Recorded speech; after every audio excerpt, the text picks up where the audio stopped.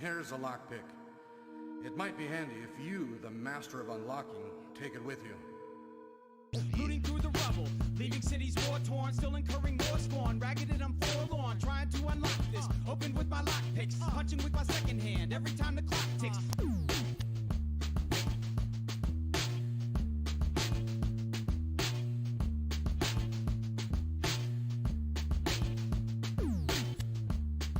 All right, there you go.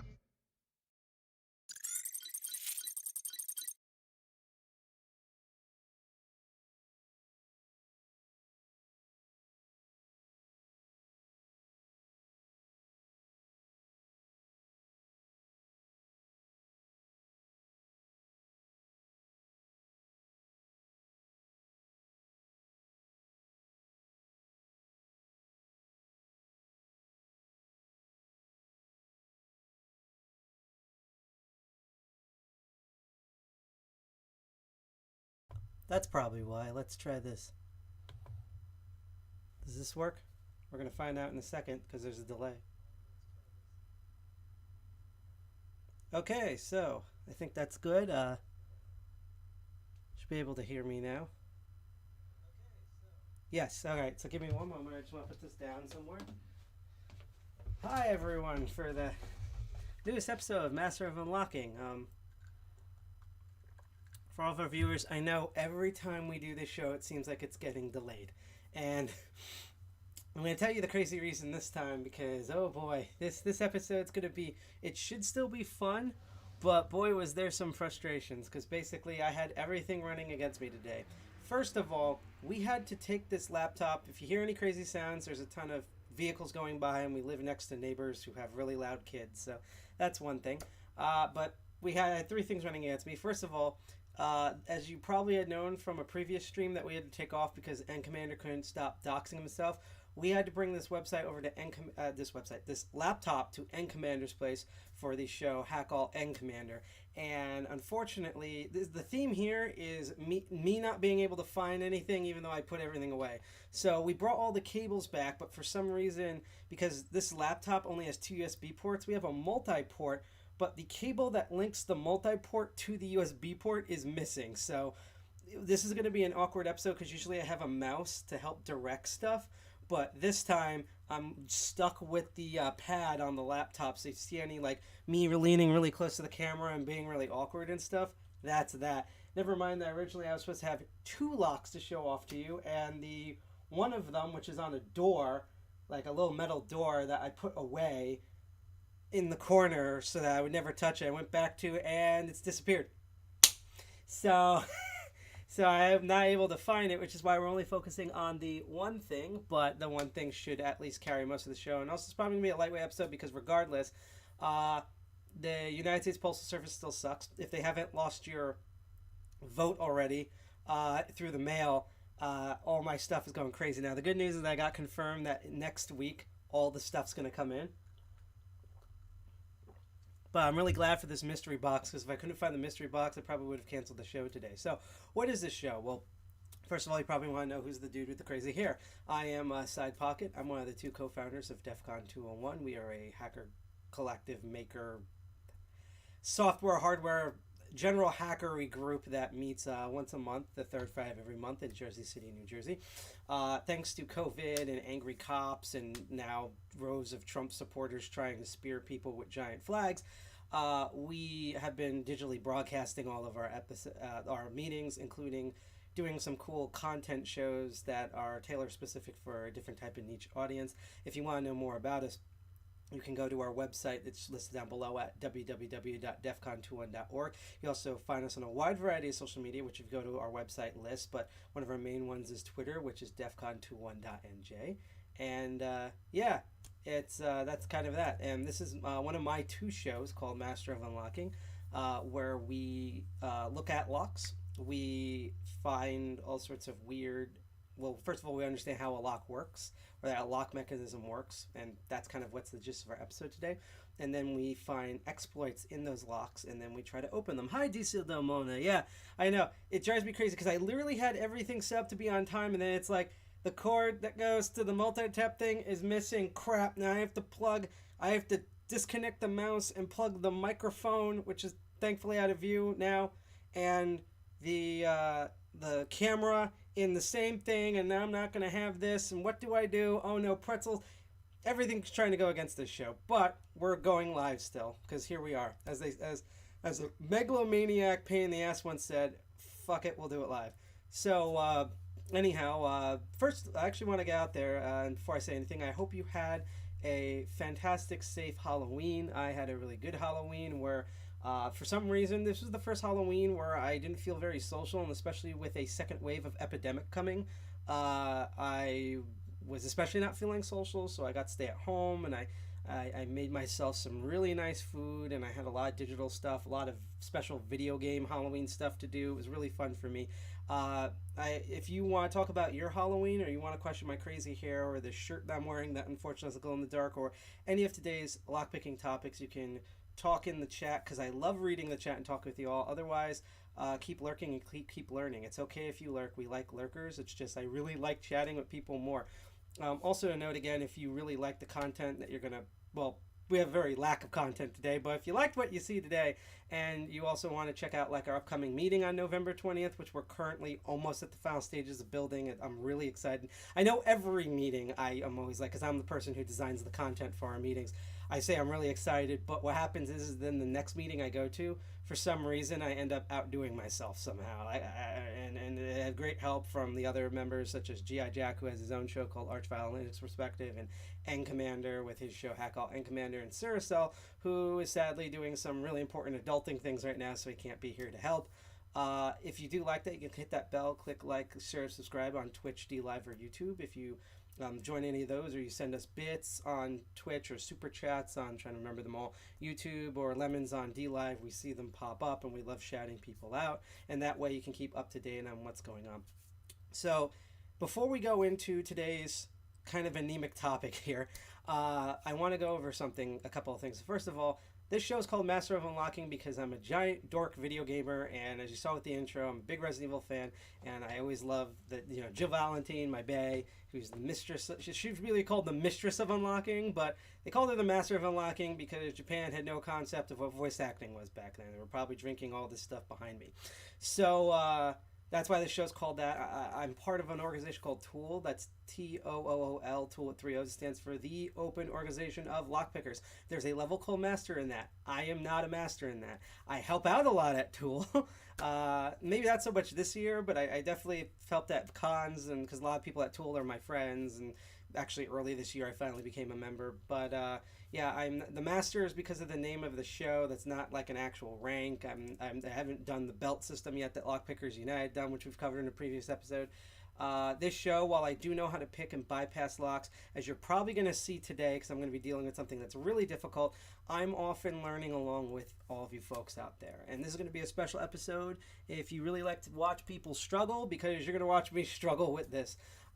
So even though this is not Tool sponsored, also any of the equipment and stuff that I show from like Southord or Sparrows, and this is really, I showed this last time, this is just really here to look cool. Also shout outs to these fine folks.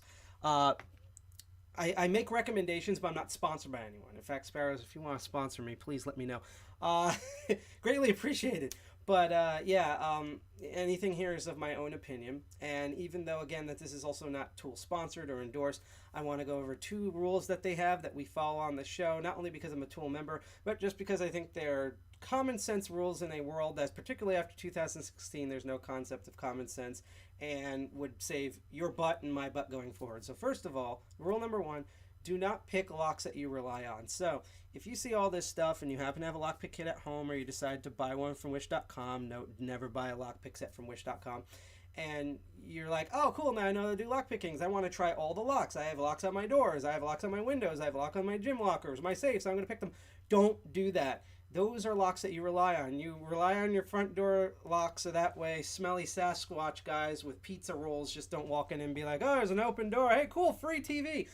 Don't do that, because it will weaken the lock. It will make it more susceptible to picking. You will also have a high possibility of breaking your lock if things go unfortunate, or breaking the expensive high precision tools that you bought, which are lock picking tools. All the locks that you see on this show are all there just for teaching purposes, for education, for my own education at home, for education to demonstrate to you out there. And when we have more physical meetings, our members go hands-on with them. I do not use any of those locks to secure anything. Those are purely designed for what's called lock sport. And then the second major rule is do not pick locks you don't own. Again, after you see all this stuff and you're walking around outside and you're like, hey, that is a master lock. Blah, blah, blah, blah, blah. I saw that lock on the Master of Unlocking. Let me grab a random tool. I have the tools to do this, so I'm going to go in and pick the lock that is on the door to this bakery or this bank vault or whatever. Please don't do that, because one, you're trespassing. Two, by trespassing, you're doing an actual crime, no matter how much excuses you pull out of your butt. It's just bad mojo all around. If you want to know the legality of lockpicks in your area, you can go to tool.us or tool.us / I believe it's laws, laws.html. If not, just remove the S in laws, and you will see a whole listing for the United States. I must say, for any of you foreign viewers, I unfortunately don't know the laws of many other countries, although I'm still learning, and I don't have any resources to present you.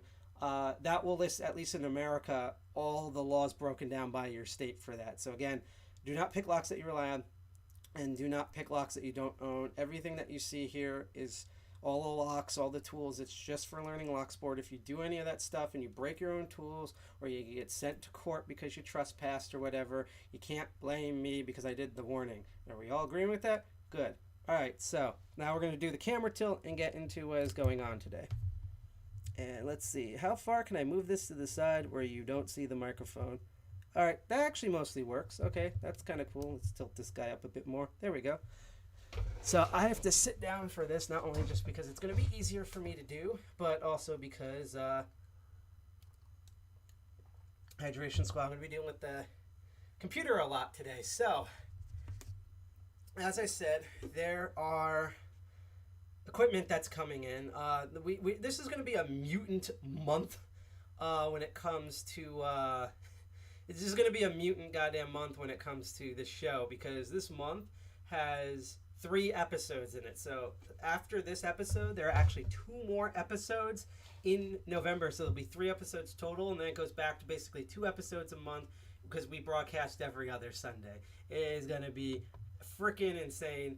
And that's why I made sure to order equipment in that should show up. But the postal service is taking forever, as well as timing with my own money, blah, blah, blah, blah, blah. And actually, because of how far away I'm sitting, I'm going to boost the microphone up just a little bit more.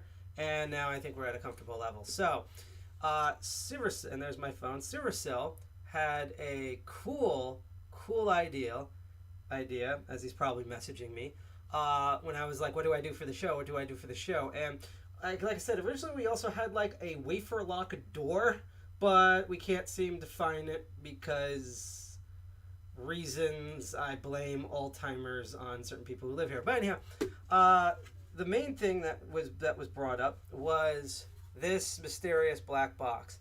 And this is annoying. This is apparently a box that Cyril found in his old place, and there's nothing in it. If you shake it around for some reason, unless there's like dollar bills that we can't hear or something, or like a giant spider, which I really hope there isn't. We know there's pretty much nothing in here. But what's crazy is I always keep trying to pick this thing, and I have a hard time picking it. And honestly, yeah, skill has to partly do with this. I think it's just there's probably some security measure or something I'm overlooking that's not making this work. But I am going to go into not only in terms of my skill set, but how this lock is designed, as well as an issue that I think I have with my actual tool set here, which is why in the next 2 to 3 months I'm also going to be upgrading my tool set. But before we go on into that, we're going to kind of do something cool. So if you remember on the last episode when I was also running out of ideas for content, there was Hacktoberfest. Hacktoberfest is over. Hopefully you did your 4 Git polls and got your t-shirts. I was really busy, so I only got to do like 2 Git polls, so I don't get a t-shirt this year. Boo-hoo. And I just realized this guy's upside down. Now you can read it.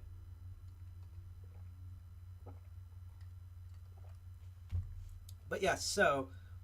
and also, by the way, tonight we're also experimenting because I put this category into just chatting. And even though I'm late, I kind of want to see how many people will actually show up to this in the just chatting category as opposed to the maker category. I'm probably going to switch over to the maker category next episode just because of the just the nuts and bolts of the episode. But yeah, last episode we're talking about Hacktoberfest, and believe it or not, there's actually a bunch of coding tools, like little interfaces that you can, that professional physical pen testers, or what we call physical red teamers, because red team is the assault portion. These are the people that break into buildings. The blue team, physical blue team pen tester would be someone who tries to fortify and secure the buildings they physically can't enter. It's the same thing with a digital network. Excuse me. I need to take another sip of water. I'm probably going to go through a lot of water this episode. So there's a couple of red teaming tools like that you can there for physical pen testing. And one of them was this experimental one called houdinID, kind of a play on word on Houdini. And this was a program, we tried to run it before and I couldn't get it to run. Now, off air, of course, because we weren't live streaming, guess what? I got the program to run. So we're actually going to try to get the program to run this time. So we're going to change screens here and hopefully porn doesn't show up. There we go. And actually, let me make this widescreen. So again, that's our website. It's defcon21.org. Our next meeting will be on Friday, November 20th. And at the latest by the end of this upcoming week, so by this Friday or Saturday, I'll have all the information details for that. But what we're going to do is, this is that Houdin. It's made by this lovely woman who, unfortunately, my mind can't escape me right now. And it uses this very interesting framework called expo.io, which allows you to basically like run applications. So now this is going to be interesting because I already pre-installed Expo and everything. So once Expo.io loads, it might open up a browser that I have a hard time displaying on here. And I just realized something. Hang on. While I try to get Expo running, which means is that it runs everything in browser to build it before it sends it to the actual application part. And I do have an Android emulator, and that's why my phone's here, because I'm also going to try it on my phone, because what we're going to do is we're going to try to use this in alpha red teaming app to try to figure out, just like she said, how it's supposed to work, if we can possibly ID, because I already know some things about it, this lock type, and to see if there's information out there about how to potentially exploit it, maybe even ones that I didn't think of yet. But while we do that, I also want to test out something here that I've been trying to get running for a while, so we're going to find this out right now. So we're going to allow, and that actually should work. Hopefully that will work. Basically, I'm turning on the closed captions. If you are on Twitch, let me know if the closed caption system works. If not, then we're going to keep trying this until we can get it to work. And again, if you really like the content on this show, you can hit bell, like, share, subscribe on Twitch, DLive, or YouTube. And we get to see the notifications and cheer you on and stuff. So what we're going to do is we are going to very clumsily go over to the terminal here. And remember, we tried this last time, and this is it's kind of trippy. There's something, okay, hang on. What just happened here? Let's see, something just weirdly happened. Huh. Okay. That was bizarre. Yeah, there's a weird thing. I'm going to have to get Siricel back because there's something freaking out about this that I don't know how this works. Actually, let's try restarting that. Okay, I think it works now because I just moved it out of the way just because I wanted to see if everyone can see it here. Well, we're going to try this. So we're going to go into CD houdinID. Okay, and then, yeah, I remember that command from Windows. All right, so if I remember correctly, it should be expo start, I think. And this should load it. So yeah, it's starting the project because it was built in Expo. And you're going to see, yeah, it opened up to a different web page. So hopefully I should be able to copy this URL and move it over to the web browser that you can actually see. So we're going to find this app. No, we can't. Oh, really? I can't do that? Oh, this is annoying. All right, so here's how we're going to, so you can see in terminal, and by the way, if I put the full QR code that's displayed there, you are more than happy to scan that QR code and run this. However, what we're going to do instead is, because apparently that did not work, and to be honest, I don't need the browser anymore. I'm actually going to get rid of it. What we're going to do instead, and it's going to make everything look really trippy, is we're going to do a display capture. So, warning, everything's about to look really trippy now. Whoa! You see all that? All right, so I'm going to fit this. As you can see, everything looks like it's going to infinity now. That is normal. Because for some reason, it seems to be the running theme of this show where I can't get the browser capture to work for any extended period of time. And this is Siricel's system, and unfortunately he won't be back in a couple of days, and thankfully I don't have to broadcast anything from here in a couple of days. So we're going to move this below the logo, and what we're going to do now is go over to the browser, and hopefully you'll be able to see it. So that's what everything looks like. So it starting the Metro Builder, and again, that QR code, well, I could actually show it on this camera, and actually we will do a little, actually now I'm going to keep this here. So what you're going to see here is, and then I will go back to this mode and we'll do this, is I have the Expo app on this smartphone here. Get rid of stupid notifications that will dox me. So yeah, so there's all of this stuff here, and what we can do now is I'm actually going to switch over to the other mode here, and what we're going to do is I'm going to scan the QR code here, and it's already loading the application, it's building it, and we should actually see the application just start. It takes a little bit of time here.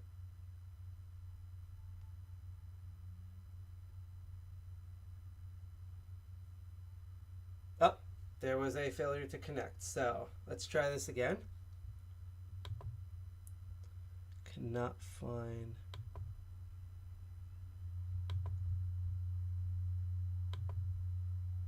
All right, let's try this thing again. We're going to scan the QR code for this. I think I had this type of bug before, and then I got it to work. Otherwise, we'll just load this in the emulator.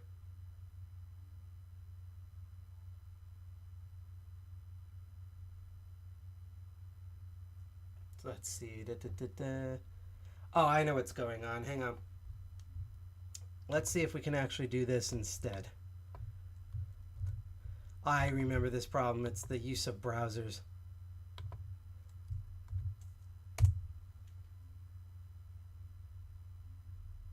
Okay, so now it should properly build, I think. So we're gonna try, oh, no, wrong app.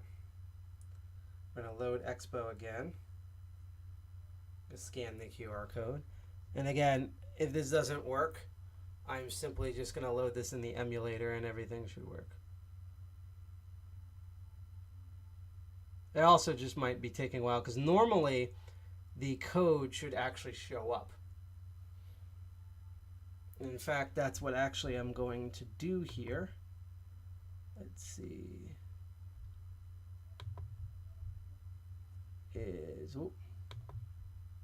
What is this? No. I'm actually going to try this again. So let's try this again. If not, we'll just continue on with this box using our eyeballs. So we're going to CD back into... I love how this thing does not want to run every time we're streaming. I also wonder if maybe why it has this sort of corruption like this is simply because it does not know, like, what do you call it? It just simply does not know... It does not know, like if you stream, it takes way too much bandwidth or something like that.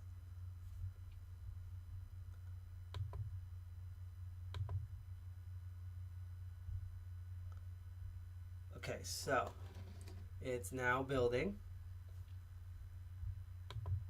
Well, anyhow, while this is going on, let's see. While I'm going to try to scan this one last time, I'm going to show you some of the stuff that I noticed about the mysterious black box. So it doesn't really look that complicated, but here's the main kicker here. So from what I can tell, this is a normal, I believe it is 4 pin tumbler lock. And in fact, let's actually figure out if there's 4 pins. We're going to take this tool, and as I showed last time, the pins are on the upper portion here. What we do is we go back all the way and we lift them up, and then as we slide the tool back, I will feel them drop, and you at home should be able to hear them drop. Here we go. 1, 2, 3, 4. That might have been 4. Let's try that again. Let's see. 1, 2, 3, 4.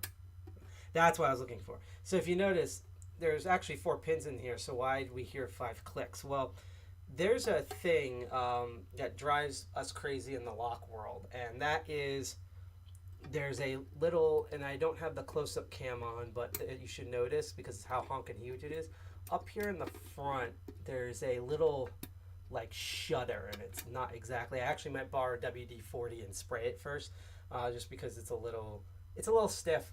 So as they say. So one of the tricky things about trying to pick this is holding that shutter up so you can go in underneath and hit the different pins, and while tensioning it at the same time. And that's been one of the crazy parts with this guy here.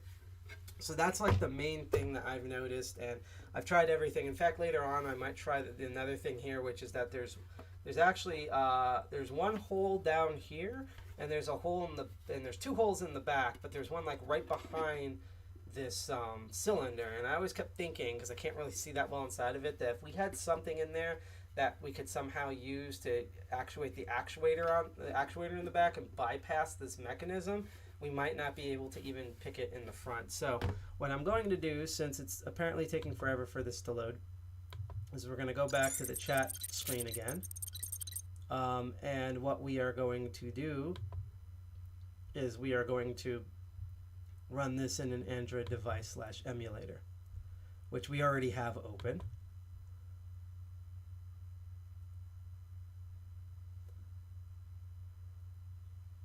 We're just waiting for it to orientate. So it already went to like landscaping mode. Okay, now it's properly loading. I can actually go back into OBS, get rid of the display capture, and turn on, let's see, terminal. We're turning on Android here. And I'm probably going to have to move it around. But yeah, there's the app right there. And it's currently building. I don't know why it's taking this long to build. I actually wonder now if something's going. I actually dead serious do wonder if, instead of trying to be all cool, if I should have I should have honestly probably preloaded everything so it was running and then trying to get it to load. Because right now everything's going nuts for me.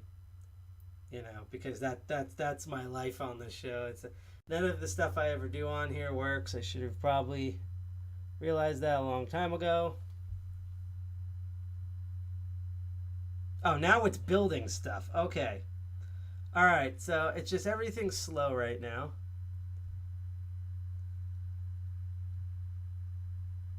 And I think it's doing something with the stream. This might explain why. So if it's choppy, I'm going to double check to see if it's actually... We're still streaming. This stream might get a little weird just because, again, that's why it wasn't working before. Because it wasn't working before because this is apparently using a crap ton of bandwidth. Although I just remembered something because I'm a moron. Let's see. That's where it fell. Hold your horses. Yeah. Alright, which side does this plug in on? This might help the bandwidth issues. I completely forgot to do this part. I'm just trying to remember where this actually plugs in. It's somewhere on one of these sides. Or is it in the back? Let's find out here. I think it... Does it plug in the back? 'Cause I don't see it on the sides. No. Huh. Okay. See, here's a lesson that I really need to learn, which is that I should always make sure everything's 100% set up before Sewercell actually leaves for anything. Oh, geez, what's going on? No, I don't want Alexa. Hang on a moment. Because it should be over here somewhere. I just can't remember where it actually goes. Is it here, maybe? I don't know. It's one of these things. Because I know he had it plugged in. See, my thing is, okay, I'm going to try this and pray for the best. Because there's kind of an issue with moving this machine around too much. Because I don't want to cause it to turn off here. Because I realize this is not plugged in landline in. And I can't find where the actual plug goes.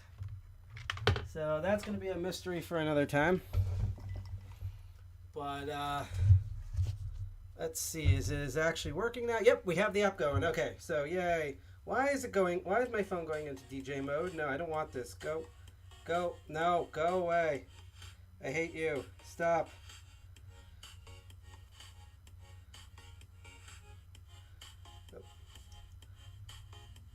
Turn off. There we go. This is such the weirdest episode of Master Unlocking. Cheers if you're surviving this. So yeah, what I can do on here now that everything's properly loaded is I should be able to finally scan this QR code.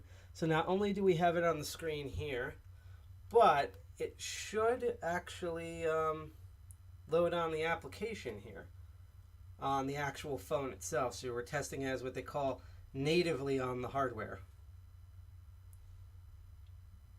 So I guess while that is potentially loading, let's actually go through the emulator itself. So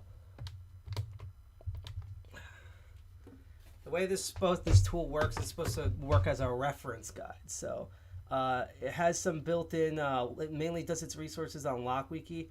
Boogie. I don't really know much about Boogie. I heard that he's having his own problems on YouTube. So, but it's nice to see you, Jason Jesovich. So let's see. So we're going to start lock-ID. This says, is this lock mechanical, electronic, or a hybrid? This is a mechanical lock. I'll be shocked if there's any electronics in it.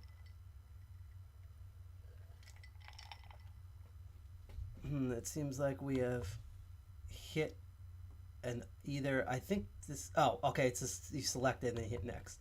Okay, so the next one here is this lock keyed or a combination lock? This is definitely at a key. And that's another thing about this box. I don't know the bidding for this or anything because this was a box that Sewercell found. He does not have the key for this. So if we can actually open this thing, that would be amazing. And for some reason, the application's not working, so I'm just going to figure it out later. So it says, is this lock a cylinder, lever, or warded lock? This is definitely it doesn't use wards or levers. We covered warded locks on two past episodes, and we're going to hopefully cover lever locks next year because I have to import those from the UK. So we're going to choose the cylinder. I think you can also maybe choose multiple of these. Is lock a pin tumbler lock, disc detainer, wafer lock, or a slider lock? So I believe this is a pin tumbler lock, but just to absolutely make sure, I'm going to peek under her skirt here, as they say. And also what's odd is there's kind of like little teeth on it. So this is either a window or if there's other, let's see. Actually, I was wrong. That's another issue. I believe this is actually a wafer lock. It is not a pin tumbler lock. I thought there were pins, but I guess I was wrong. At least that's what I was told. Which brand does it appear to be? Now, I don't think this is a quick set. So, and I'm actually not too familiar with the different types of wafer locks, so I am going to just go for an Ilco. Is it one of these Ilco wafer padlock? It's not, but let's choose that and see what it coughs up. Because it might be something visually similar. So let's see. There's no, it doesn't show the actual keyway here. So let's see. So it just pulls, so no one has actually written info for this yet. That's fascinating. All right, so let's go back and let's try this again and see what we come up with. If flushed out, this would be honestly a very helpful and interesting tool. So we're going to do keyed, is definitely a cylinder, is a wafer lock, and let's choose the quick set and see what pops up. So let's see, does this look anything like it? Unfortunately, no, because that's more of like a traditional S key pattern, and this is more of that open type of shutter design. So I am not sure this is it. So unfortunately, I don't think Houdin, this application really helped us that much, but I can see the potential with going into this. So I'm actually going to scan. I'm going to attempt to scan the QR code one last time and see if anything happens. If not, then we're just going to keep attacking this thing. And I like to be confident on this show. So I will say that I doubt we're going to be able to open this, but because I've tried this multiple times and haven't gotten it open, but we're going to see. Again, we are going to see. All right, so now that we got the full screen one here now. Let's see. So how are we going to tension? Okay, so here's the thing. Now that I know it's a wafer lock and not a shutter, I'm actually going to see if we can try a bottom of the keyway. Because my other problem, now here's the other main problem that I have with this lock, and the problem is that I think the tools that I have are they either have a hard time fitting around the warding, or they're way too big. Like this is mostly a standard size bottom of the keyway, and the issue is that when I put it in there, I don't really have any room to deal with the individual wardings in here. So my thought is, which is what I tried before, is that we would do a top of the keyway tensioning, and that might give us some space here. Now, the other issue that I have is now that we have some tension for the top of the keyway here, I'm going to loosen my grip here and do that.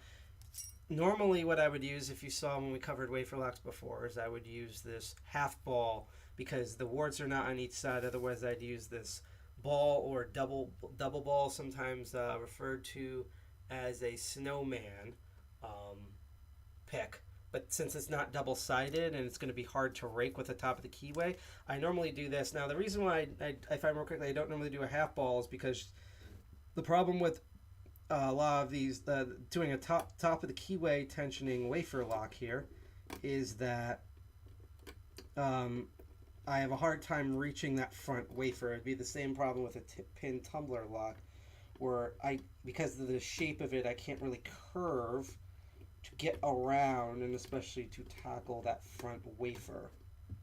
So my problem is that what I probably need is a hook.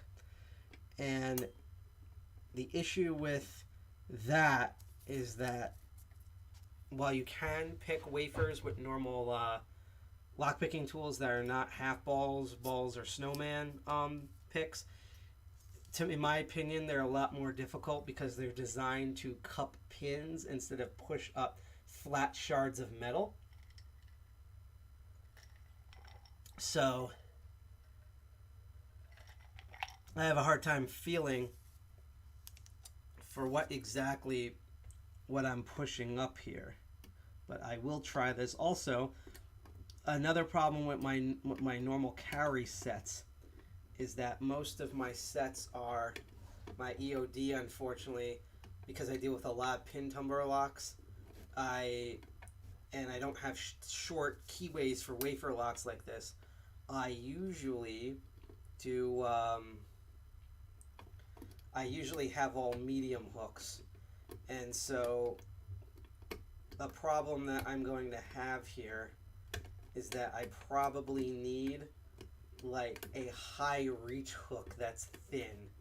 And I believe I have a high reach hook in one of my sets, but I don't believe I have a I don't know if it's actually small enough. It might be a little too high reach to properly open this. So, and again, like I said before on the wafer lock episode, doing this is similar. I just heard one drop. It's similar to doing pin tumbler locks, in terms of like you're trying to find the one that's kind of stiff, and then speaking of stiff, and not in that way, and you push that one until it snaps into place. And again, my issue here is not only are my arms getting tired from dealing with the stiffs, but I don't know exactly what I'm feeling for, because in my opinion I'm using a pick that was not designed for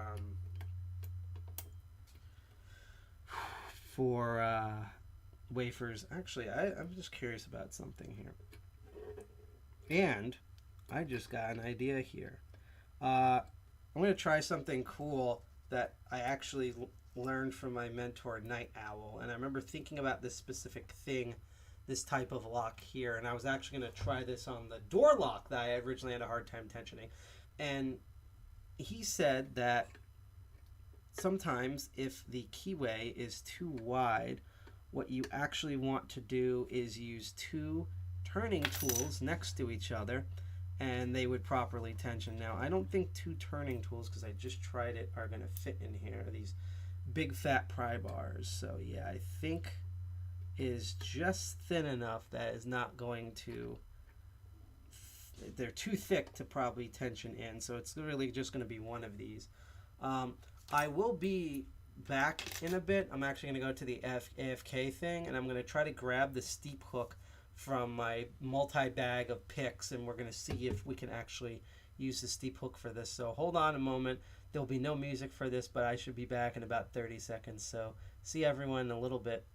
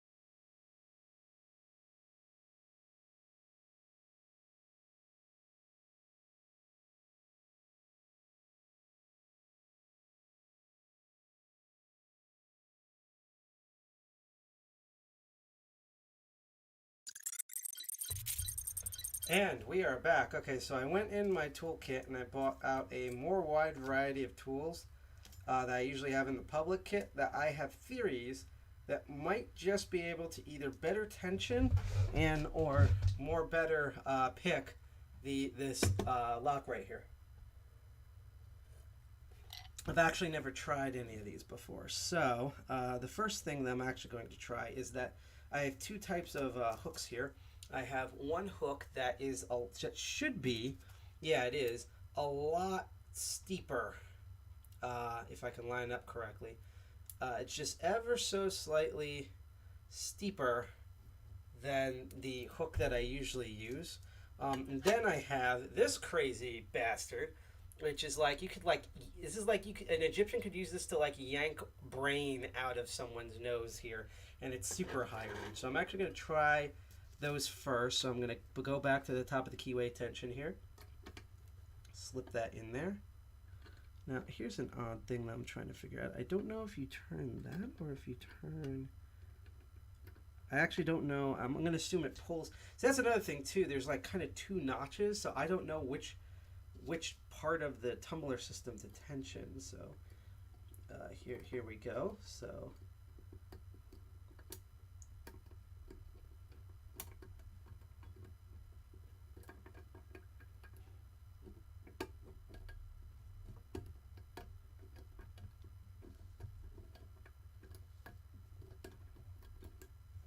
because I also want to make sure I'm doing even tension, because I still suffer from the bad habit of that. The more I get frustrated, the more tension I accidentally put on the lock, so I might be over tensioning the lock.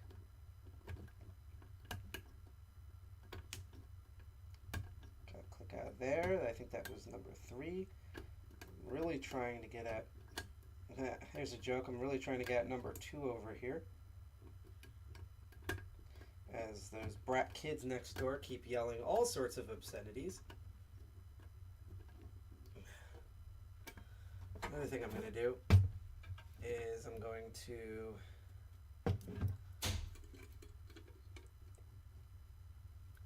do it like this. This is kind of more of the position that I'm in when I pick locks usually. It's my most comfortable position.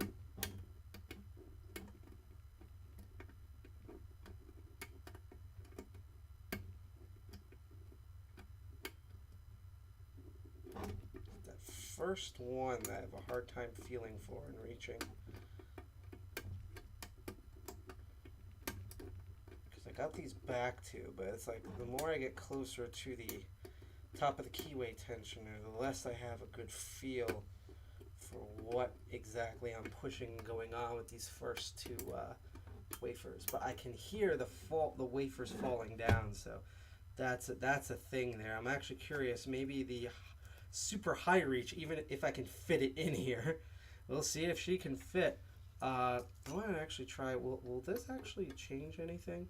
That actually might be a better one here, so let's see if I can even put this. Okay, so it does fit in here, it's just a little wonky. Because the other problem too is there's a bit of a warding in here, so I'm trying to maneuver my way around that. It's like I have to basically angle the tip of the lockpick slightly to the right in order to get around this weird warding. And I think that's the problem with this long boy, is that while he is kind of giving me more space and reach to move around, the warding here makes it really difficult for me to get any footing on this guy. So that is progress. So lack of reach is definitely something there. Now I took out 2 tension wrenches. I actually want to see if it's even possible to do bottom of the keyway tensioning while, let's see, and this one's thicker, but it might be shorter. Ha ha ha. It's actually, okay, barely fits in there, unfortunately, though. Although, I wonder if I can actually use this basically as a top of the keyway tensioner here. So I'm using a bottom of the keyway as a top of the keyway tensioner. Maybe we'll get a better result.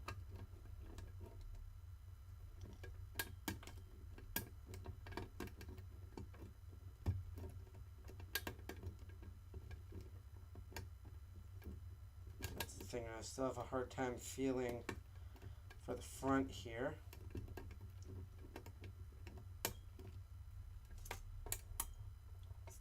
I am properly engaging them though, so that's a good sign. That's actually a lot more progress than what I originally got to. So that's really good to know, actually.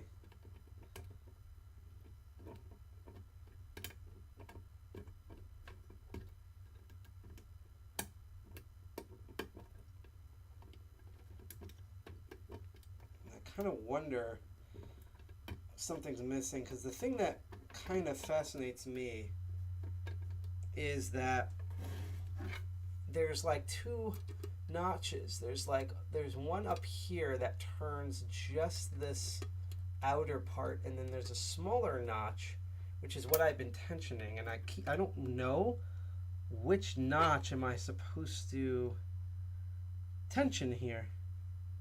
It's been kind of confusing. I also don't even know if this whole thing actually would rotate with the lock, so I'm going to do one last thing before I try to tension this outer part of the plug. And that is, this came from the original Southward kit. It's these weird kind of double side picks. There's kind of like a weird mutated, which I actually haven't tried, and maybe I should, is a half diamond. And then there's this kind of, it's like a two bump sort of rake, but it's kind of done in such a way with this like sloping bump that I might be able to, because the problem with normal rakes is that I think there's too high of a peak for it to properly engage with the wafers. This might be rounded enough that I might be able to actually use it to do raking with. So honestly, I think I'm getting way better results with this tensioner here. So let me find how I was tensioning it before. So then that slot, push that down. Okay. Now, the first thing I'm going to actually try here is I'm going to use, depending on where I put it, my normal half diamond that I use in my EOD to see if it actually engages the wafers better.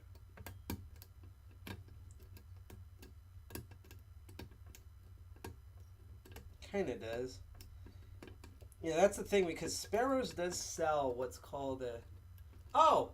I'm sorry I missed that little bump here. Let's see, what's up, DEFCON? How you doing, man? Saw you were on some, so I wanted to show some Titties Lab love. Dirty Jersey representing, and he sent some ice cream. Thank you, Ideal Touch, for sending us the ice cream there on DLive. I highly appreciate it. Give me your Twitch link also. I'll follow you there as well. Our Twitch link is simply the same as our DLive name, but it's live at the end. In fact, if you want, I can put in, let's see, TV/DEFCON 201 live, and that is our Twitch link. So for all you who are not on Twitch, and you want to also follow us on Twitch, if you're watching us on YouTube or on DLive, we will. That is our Twitch link. And again, as you can see, I was so distracted because I'm looking at this that I didn't notice that update, which is good. And thank you again, Ideal Touch, for following us on Twitch. I highly appreciate that. So I'm actually gonna see, can we rank it with this guy?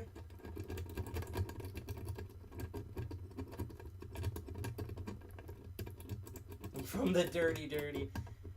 There should be really a place called Dirty, New Jersey. I'm pretty sure that was probably the original name for the Pineys, but there should be a place called that, to be honest. And again, if any of you folks have any questions about what I'm doing here, what's the goal and stuff, just followed you there. I'm going to try to get myself up on Twitch as well. Neat. We'll after the broadcast, I'll look into your profiles and we'll follow you back, provided that you don't drive us too crazy, because it's our job to drive everyone crazy here at the DEFCON 201 live streams. But again, if you have any questions, it was Jersey when the mob ran it. Yeah, until a couple of years ago. So yeah, Bay 1 is probably the original dirty place of New Jersey, outside of like, well, see, the odd part, again, it's like with Hoboken, in a weird way, I'm like kind of nostalgic about like the way Hoboken used to be, because Hoboken was full of drunk homeless people, but they slept during the day, and when they would drink, and then they would leave the bar immediately and then wander around and then like puke in a corner and pass out. They never really bothered anyone, you know, here. Now it's like we still have drunk people, but they're drunk college kids who are all like into the bad parts of cryptocurrency. And so now we have drunk people that like try to like grab butts under the skirts of women who are not, you know, in relation with, and things like that. And it's like, so it's like I'd rather trade the smelly drunken hobos than the college kids that now swarm Hoboken. So it's like, you could argue that Hoboken is also like the dirty part of New Jersey, but in my opinion, it's actually more recently, like, you know, it's a different type of dirty. I'd rather have the old type of normal, just homelessness dirty by miles than the new sort of gentrified type, you know, in my opinion, but that's just me. So what's neat is that I'm kind of making progress on here, because it seems like I actually realized and figured out more new stuff than I thought I originally did. But this lock is still a pain in the ass, so I'm going to try different things here. Now, I was really curious because all of New Jersey's filthy. Yep, that sums it up. We're filthy, but we're somehow not the worst state with COVID. Go figure that out. So that's what happens when you vote in finally competent people. So, let's see. You still live up in North... Well, that's the thing. It's Jersey City. We still live in North Jersey. So, but anyhow, this is normally a type of tensioner that is used... It's supposed to be technically for car doors. I think it's too small for car doors. And there's two things you can do. It's normally designed, these little prongs here, designed to fit in and push the little door. If you ever looked at a car door, there's sort of a little window on the front. It's supposed to push that and hold that open while you tension. But another thing you can do is you can sandwich these together and kind of make an extra thick tensioner. So I'm actually going to try that with this, guys. First, let's see if I can actually... That actually fits perfectly and tensions this entire outer unit. My question, though, is that do you need to rotate this outer one, or should I squeeze and fit it into this top one here in tension like I have been doing? I'm actually going to try the outer one. I'm going to laugh if I actually finally, because I've never done it with this particular tension, and this actually opens. I'm just going to hysterically laugh. And actually, because of this leaves such a wide area that I'm actually going to try my normal medium hook here and see if we can get any progress. And again, the other thing also about this is normally when I pick this, I have this on my lap held like up to here. But I mean, I could tilt the camera up to see that, and you could just look at my crotch all day. But I'm actually going to initially, I'll do that when I start going truly crazy. But I'm just going to pick this like this because, one, I should really learn different positions. That's what she said. And two is this is the best way for me to show, to some degree, even though you're seeing the rest of this real estate, of like what I'm actually kind of doing here. So I'm going to go in. The other program still hasn't loaded yet. I love the land of our state, but the people and the air suck. I agree with both, although I do think it depends on like what people as well. Because like a lot of people from New York have come here and they're like, oh my God, there's so many people who are not wearing like masks, and that's because, again, New Jersey, it seems to, I actually wonder if this entire time it was this outer wheel. In fact, you know what? I'm actually going to try the ball pick and see if this half ball pick and see if it works. But no, where was I going with the previous conversation? But a lot of people kind of forget that, again, we really handled both the coronavirus and the BML stuff, honestly, really well. Obviously, we had stupid mistake people, and right now we're going after a police officer that was trying to hook up with an 18-year-old that he just arrested. And that's been a whole thing in our state. But like, honestly, we've been doing a lot better than other states. So I think we're just noticing now there's a second wave, and I'm pretty sure once everyone gets the memo, because I've actually saw on Halloween last night a lot more people wearing masks. So we're probably going to go back to that again for 30 days. The New Yorkers, yes, talk about filthy area. And the weird part about New York, dead serious, is that in my opinion, the more like money that flows through New York, the dangerous that area is. Like, I explained this to my relatives once. At some point, I was living in like the eastern part of Brooklyn, And what happened is that, like, you know, it was known for, like, it's not like a bad area, but, like, you know, I mean, you go to a Chinese restaurant, they have bulletproof glass there. Like, that's what you need to know. You know, same thing with, like, the Little Caesars and all sorts of things like that. And I had to explain to my aunts that, like, I was there for 6 months, nothing happened. And I visited my friends once. I visited a friend of mine in a 5-star hotel, like, right above Times Square. Like, it's, like, right in between, like, Times Square. It's like, I should say it's between what's it called, the Christopher Circle and where Central Park begins. It's this 5-star beautiful hotel. And I did there, and we looked over his computer system stuff. And I'm waiting in the lobby, and all of a sudden the elevator doors open, and and there's this guy who has bruises, and he's like obviously wounded, and he's half running, half limping out of the elevator, and he's yelling, "Help! Help! He's going to kill me!" And 10 seconds later, the other elevator opens, and there's this super tall dude. I want to say he was Russian because he looked Russian. He definitely wasn't rushing, let me tell you. Where are you from, NJ? My biggest problem with NJ is that people just internalize how much New Jersey sucks. They let all the other states walk all over us, and then we betray other New Jersey. Actually, that's also my opinion of Florida, too, honestly. I do think Florida has, like, you know, mutant three-eyed fish water and a shit ton of wackos. But, you know, the reason why you hear so much about Florida, man, is because there are a lot of... because of the way their laws work, they have to basically publicly report every single crime that happens. I'm pretty sure if other states had that, there would be so many different other man states. You know, we would have more frequently Minnesota man and stuff like that. But, you know, we don't because they don't get to talk about stuff. I think, honestly, that's kind of what's happening in Texas right now, where, like, so many, Texas wasn't really that much in the news, and now all of a sudden there's, like, outright terrorism and, like, you know, like, honest to God voter suppression and, like, from the Texas government, not even the federal government, the Texas government and stuff like that.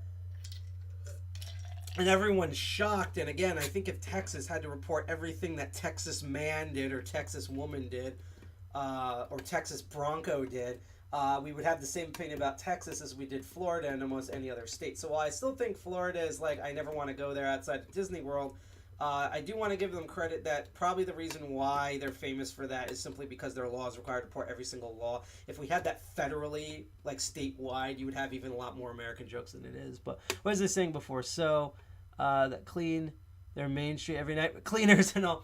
And this is weird. I'm actually getting progress on this. So I actually think you have to tension this outer plug, and that does the whole thing. And maybe that's what was hanging me up the entire time. I don't know. I'm going to find out. And my main problem right now is I'm trying to figure out how much tension you actually have to do. So I'm actually going to start with I'm going to try to do really light tension as I tell the story. So anyhow, there was this giant, like, 8-foot tall white Russian dude that comes out of the other elevator, and he had his fist balled up, and his fists were just completely covered in blood, and what I assume was like brain matter or something. And he just calmly goes over the water fountain, washes his fists off, catches up to the other dude that was like, "Help, he's gonna kill me," and then starts beating the crap out of him. And then a couple of seconds later, 3 police car units and 2 ambulances show up. They arrest the other dude, and they had to intercept these other guys who were trying to exit from the back. And it turns out that at this 5-star hotel, this was nuts. It wasn't even like hard drugs. They were doing a marijuana deal, and it went completely south.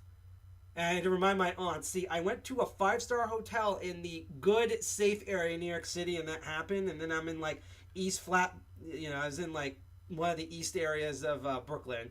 I don't really care if I announce the location. I'm just trying to do as best stuff as I can. But, yeah, I was in east side of Brooklyn where, there's just all these ethnic minorities and bulletproof glass and stuff, and nothing ever happened to me or really my friends. So, I'm not saying that's not that everywhere, and that we shouldn't ignore, like, crime violence and stuff. But again, when we talk about things like perception privilege and stuff, and especially like class privilege, like, there's a lot of, like, cognitive bias in that, especially for people who either don't live there or, like, don't live in the actual economic zone that they're trying to, like, repair. So, and that to me, that's regardless if you're white, black, Hispanic, blue, Nintendo Switch, or whatever. that is a thing. And yeah, I'm gonna untension it. Yeah, so I think it was actually trying to tension this outer part here. So I'm gonna do something here. I'm actually gonna tilt this up. Yeah, I'm gonna go in a more comfortable position here. So I'm gonna retension, and I'm actually gonna use this half ball, and I'm gonna attempt to rake this open. So make a bunch of noise. We're gonna see if we can do this. I might have to get the ball rake out, because there could be security stuff on these wafers, but I doubt it. New York is the only place you can piss on a building and buy a pretzel off a guy right behind you. Sometimes it's the same guy. Also to note about New York, too, is that it also depends where you are. Like, the one thing I say in New York is that in uptown New York, it's all different color bandanas. When you're downtown... Oh, it popped out and fell. Oh, it's slowly falling on the floor. And then downtown New York, it's color bandanas, but it's the same methodology. Like, there's basically gangs in downtown New York, except they're corporate gangs, and then, like, uptown, it's, like, poverty gangs, but they, like, operate the same way, where they're just, like, shooting people and crap like that. So let's see. I like NJ, though I might be biased because I have some family there also. I live in a state where public transportation is so scarce and shabby, it makes NJ transit look good. What, you mean, what is it, Long Island, or are you from California? Because, like, I've been to California, and trust me, I know what everyone complains about. You know a transit system is bad when it's called BART, like Bart Simpson. Like, that's how you know it's bad.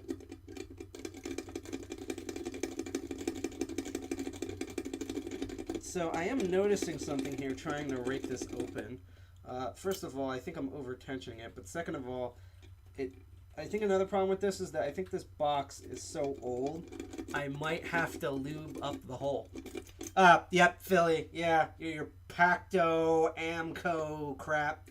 I actually went to Philly completely from North Jersey to Philly entirely via public transportation, and let me tell you, it literally took an entire day.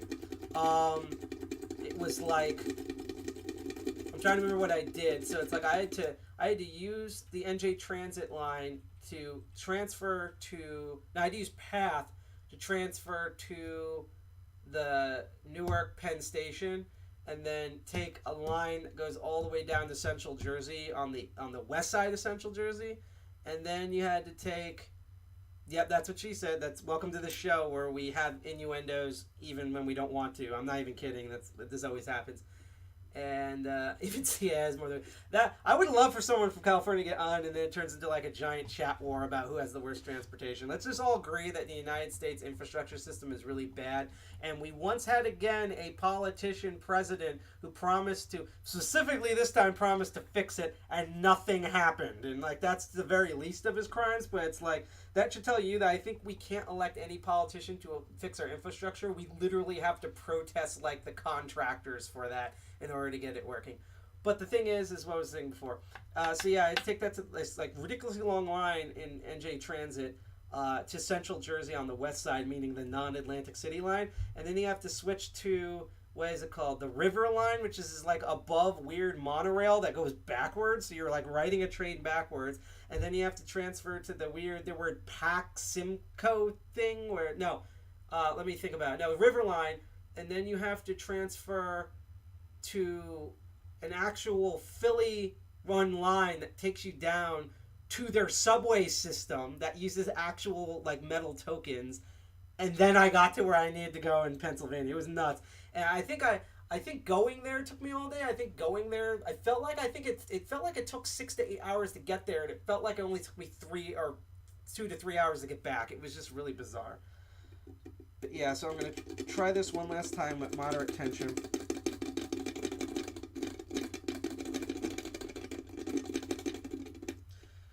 Alright, so here's what I'm going to do is I'm going to use, as they say on the now old show, Raritan Valley, Who Wants to Be a Millionaire, I'm going to go for a lifeline and call for someone, so. Hey, Jack. Hello. I need to borrow the WD-40. Yeah. Note I didn't say lube because he would bring back the wrong thing. Well, it might be the right thing for him, but it'd be the wrong thing for me. So, and I could try the ball rake, although I'm not sure, because to me, these ball rakes are mainly designed with there's the big hump on the top and the small on the bottom. That's why they're often called a snowman, because they look like a snowman. Covered this when we covered wafer locks. I actually want to make one of these where the two balls are the same size. And thank you. And that way it's like kind of a 2-bump rake, kind of like, where is this here? And I actually might try the S rake after this. If your 2 balls were a different size, you might want to see a doctor. Yeah, pretty much. They have medication for that if you can afford it, because we're in America.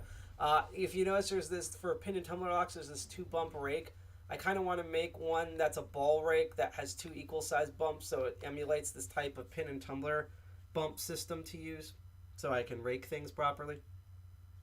Wow, we're getting a lot of people from D-Live for some reason. Question: where are all of the D-Live people when I am on, when I'm doing Crypto Barons? Because I'll put it this way, because we actually have a bunch of people from D-Live, I will actually in a bit distribute some free lemons to everybody. But that's rare because I normally do, and I'll explain in a moment, Benjamin. I normally do on Crypto Barons, which is my other show. That will be this upcoming. Is it this? No, it's next Saturday. Next Saturday, because it's the 2nd and 4th Saturday of the month. I do Crypto Barons, and I try to get people from D-Live, and either no one shows up or people show up but they don't stick around to the end. And all of a sudden, I'm getting everyone from D-Live. So I don't know what's going on, but I got a bunch of people from D-Live.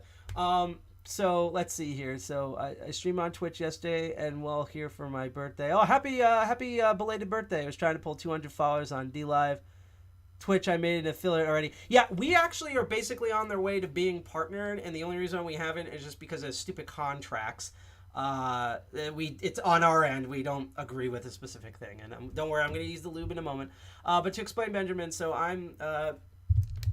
Hi, I'm Sidepocket. I'm one of the 2 co-founders of DEFCON 201, along with G.I. Jack, who provided the lube that I'm going to use on my slot in a moment. We are a computer hacker, tinkerer, maker group out in Jersey City, New Jersey, and because of COVID and the Gestapo that our federal government has and a bunch of other things, we not only have live streamed our meetings that happen the 3rd Friday of every month, and please ignore the trash over here. That's just my other roommate. But we also do specialty shows, and this one's called Master of Unlocking, where I teach lock picking and lock sport, how locks work and how to exploit them and stuff like that. So if you want to know more about us, you could go to our website down here. It's at defcon201.org. We're also aboard all social media.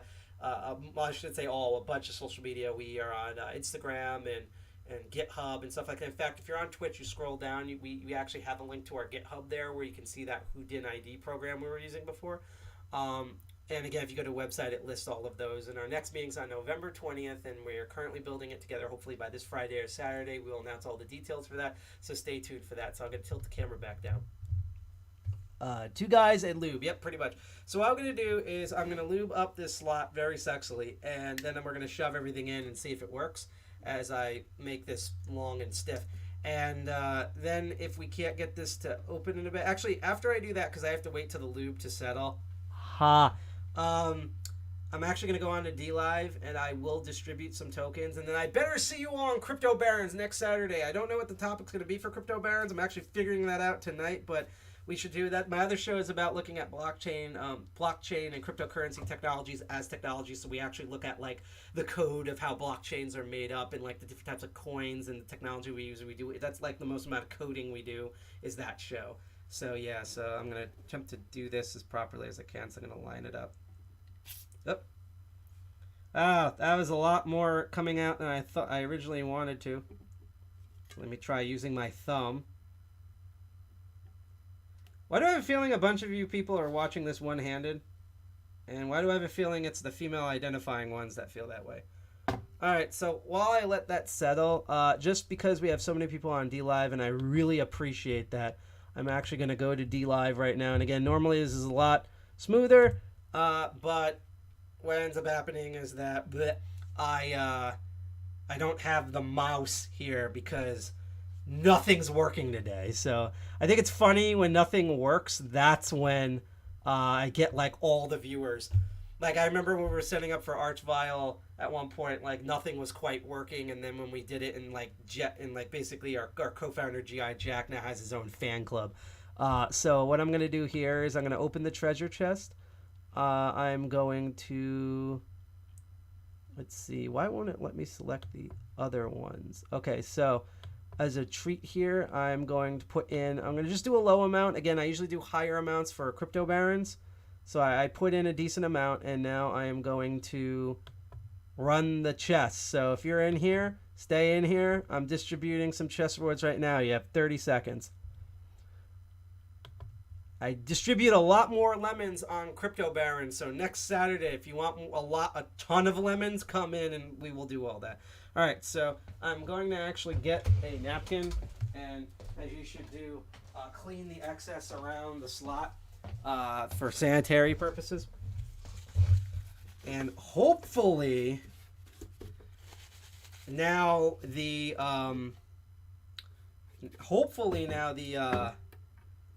different wafers in there will actually work. So let's try this again.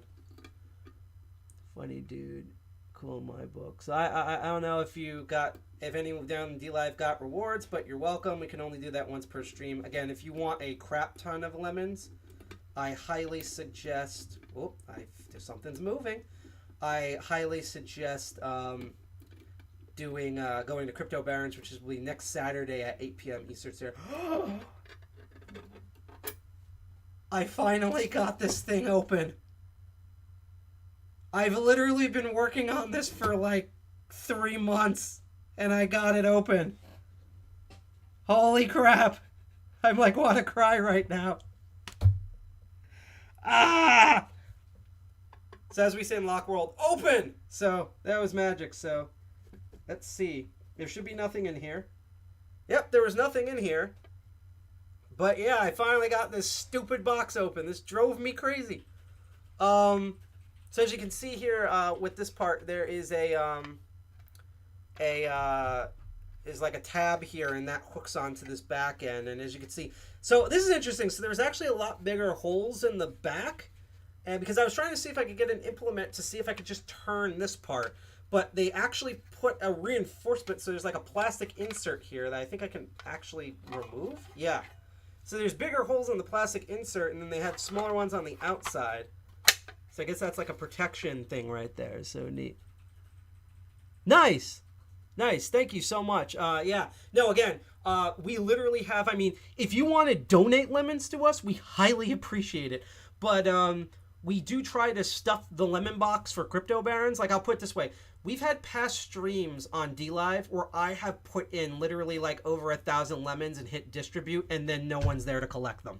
So I highly recommend that if you, next Saturday at 8 p.m., I can't promise like 1,000 lemons, but it's going to be a lot of lemons that we'll be able to share. I'm just doing that because I notice everyone is following me on DLive right now. So I will point out one thing if you haven't noticed. The weird thing about wafer locks and these type of particular wafer locks is that they lock both ways. So it's one thing, so when you get it to the unlock position, you actually have to pick it again because you notice this doesn't move. It's not like so. Hang on real quick. Let's get a normal lock. I will be right back. I'm not going to do AFK, but I'll show you what I mean by this.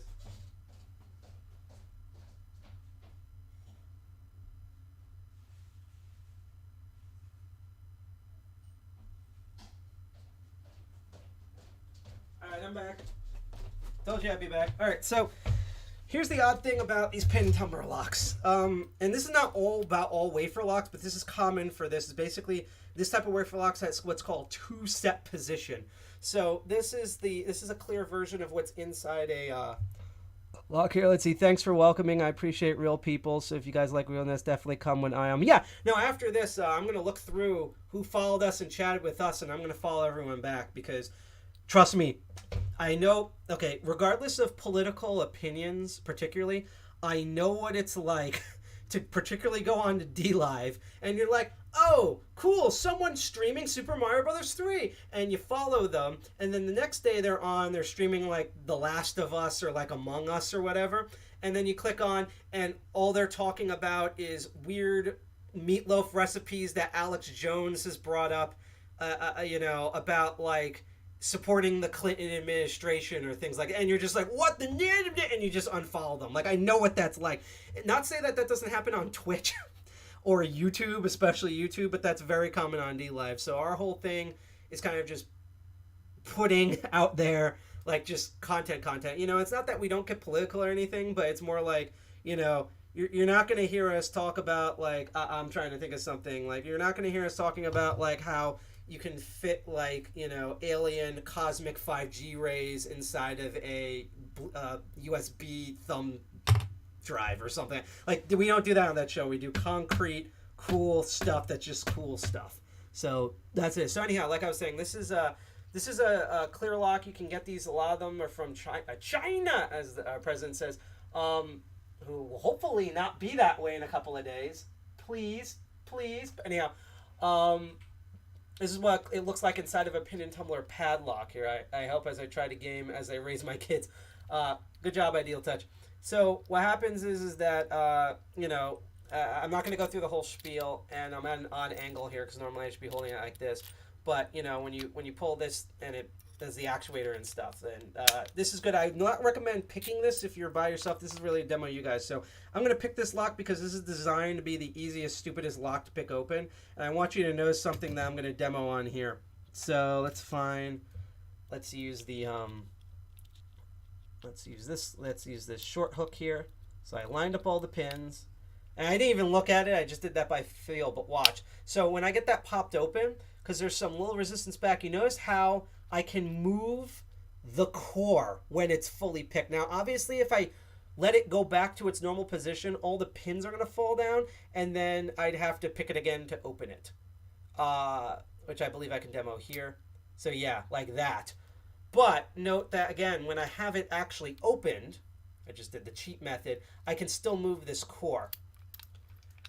Not all, because I do have padlock wafer locks that go by this principle, but when you have these industrial wafer locks like this, with this type of like latch system, there essentially are two wafer alignments, one that's vertical and one's horizontal. So again, in order to actually get this closed, I would have to pick or rake this back closed, which is actually what we're going to do now that I know I can open this up. Plus I want to open it again just to make sure that I have stuff. I'm pretty sure Silver Salt, because it's his thing, he's been also trying to open it forever. So, it's going to be really exciting for him. Can't pick them, drill them.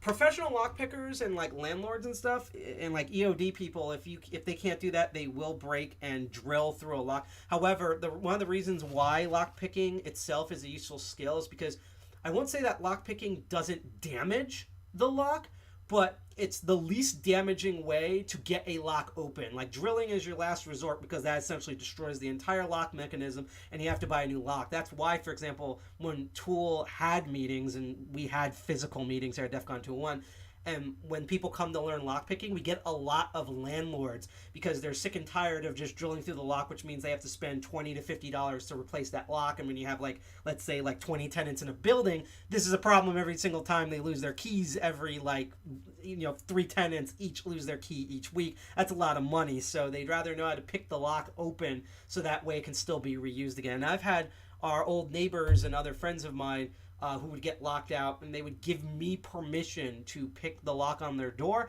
and I would get it open, let them go inside, feed their cats, and find the key that they accidentally left inside the building. So there's things like that. Note with that, I said that I got permission from them. Again, I didn't own that lock, but I got permission from them to do it, so that's why they allowed that. And it's really up to you, but as I said, in general, it's basically like sexual consent. Do not pick locks that you rely on, and do not pick locks that you don't own. So that's a whole thing. Again, my neighbors gave me permission in order to do that. So there you go. So throw some graphite into the try and fill the gaps. That's the other way to destroy the lock. It's kind of like network programming. It's like that big brain. You can't hack the network if the network is down. So now we're going to do the same thing again, and I'm going to actually try this in like this normal display, and I realized you need very little tension for this because I want to try practicing different angles, and we're going to go back to the half ball again, and I'm actually going to attempt to pick this closed now. So everything's lined up here. And I think there's only 2, maybe 3 wafers you actually need to manipulate in order to get... Yep, and it's closed. I can lock it closed now. So now, you can't open it. And I'm going to open this one last time to show that, you know, didn't do anything. Actually, what I'm going to do this time is I'm going to rake it open. So I'm going to use the same half ball. And instead of using it like a pick where I move it up and I go back and I move one wafer and then another wafer, that's what I did both times previously. I'm going to put it so it's like half the wafers are moved up, and then I'm going to go back and forth in motion, which just like with pin and tumbler lock rakes is the same method, pressure and motion, as you brushing your teeth. And that should open it as well, because again, there's only 4 wafers in here, and I doubt there's any security wafers that would prevent security measures on the wafers that prevent me from waking it open. So I'm going to rake this guy open, and then honestly, let's see, we streamed for an hour and a half, so this is going to be a really short stream, but unless you want me to go to another pin and tumbler lock, that's driving me crazy. But yeah, I'm going to try to rake this open, and then I will decide if we keep streaming longer. By the way, we already did the lemons distribution. When we get to the end of the stream, if you're on Twitch, we usually raid someone else's stream, and it's been fun because when we started out, it was like us, Kip Boga, and a couple of other like hackers were on Twitch. There was like 5 other hackers besides us, so like we didn't know what to do. And then like as time went on, particularly once we got to Hackers on Planet Earth and DEFCON safe mode back in August, now everyone's on Twitch, so we usually have someone or something really fun to raid to on Twitch. But for DLive, good for the lemons. For YouTube, we're gonna try to figure out something for YouTube, but let's try to rake this guy open, and then I'm gonna go over what was needed to open this, why I got stuck, and what I figured out. I mean, it took me a couple of months because I was trying different techniques, but during this stream to open this. So what we're going to do is we're going to use this tensioner. We're going to do some slight tension here. And again, I'm going to go in. It's very light, not very light, but light tension. I'm going to go, I'm going to, and we should get an open by doing this. Oh, and it fell out. Yeah, nothing's worse when you stick it in the slot and then you do such a rough motion so well that it just slips out. I don't know if anyone else has had that problem, but I have that problem occasionally.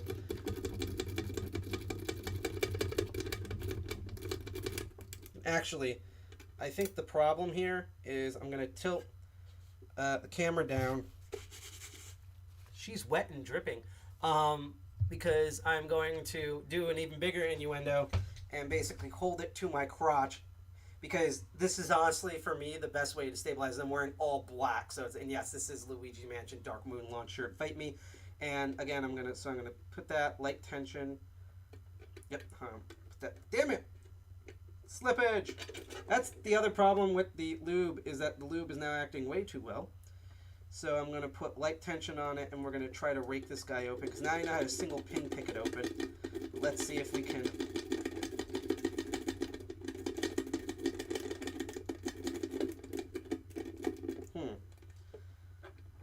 That's the top prong popped off. Hang on.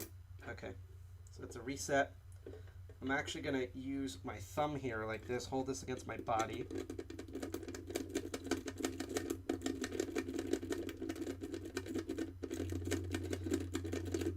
I think the main thing is... Oh, man, it fell.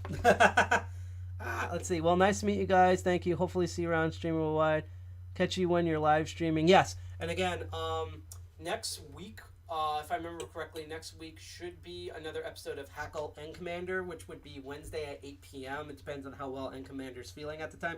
He does a lot of particularly retro hacks, but he just hacks the crap out of all sorts of devices, both virtual and physical. There's a lot of new physical stuff in the mail.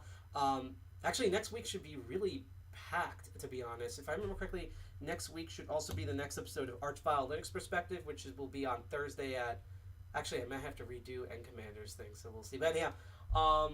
which is at 7 p.m. Eastern Standard Time, where G.I. Jack tours his Arch Linux machine. He likes to usually do a mix of hacking and gaming, so if you want to see some awesome video game footage, definitely check that out next Thursday at 7 p.m. And then this upcoming Saturday is my other show called Crypto Barons, where I look at blockchain technology from a technological perspective, and that will be Saturday at 8 p.m. Eastern Standard Time. And if you really want a shit ton of lemons on DLive, that's the show to go to because I will probably buy a lot more lemons to distribute to everybody.